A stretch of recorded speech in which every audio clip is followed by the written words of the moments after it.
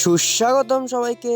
আমি শুভম। আজকে চলে আসলাম নতুন একটা ব্লগ নিয়ে। তো আজকে ব্লগটা হতে চলেছে আমাদের বাতকুল্লায় বইমেলা হয়েছিল সেটার উপর ভিত্তি করেই।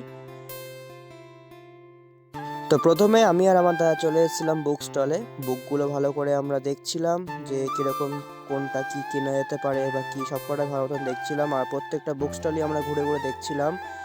আর আমি আর আমার দাদা টোটাল 3টে বই কিনেছিলাম। আর এখানটায় হচ্ছিল কি, মানে ফু দিয়ে এগুলো ফেলতে হবে, কিন্তু কেউই ফেলতে পারছিল না সব কটা একসাথে। এরপর আমরা চলে এসেছিলাম যেখানটায় নানা রকম ছবি আঁকানো ছিল। আর এখানে সব থেকে ভালো লাগছিল আমার অরিজিৎ সিংকে দেখতে।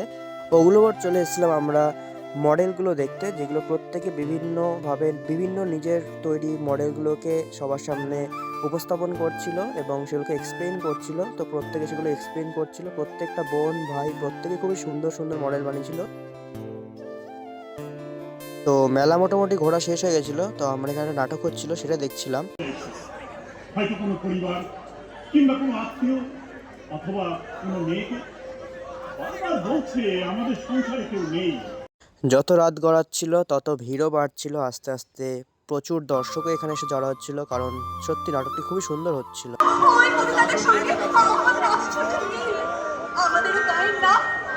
নাটকটা শেষ হয় আর এরপর শুরু হয় নৃত্য প্রদর্শন।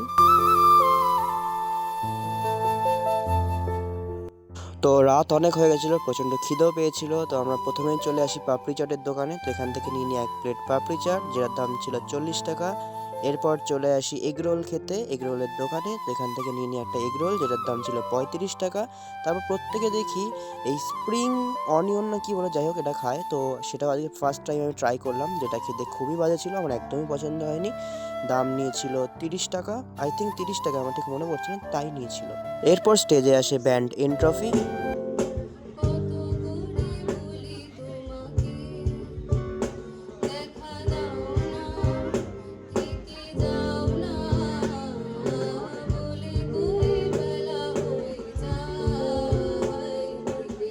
প্রত্যেকে যাই পারেন কিছু হলেও দান করবেন, কারণ বোনটি অনেক দিন ধরেই ভুগছে আর সে অনেক কষ্টের মধ্যে দিয়ে যাচ্ছে।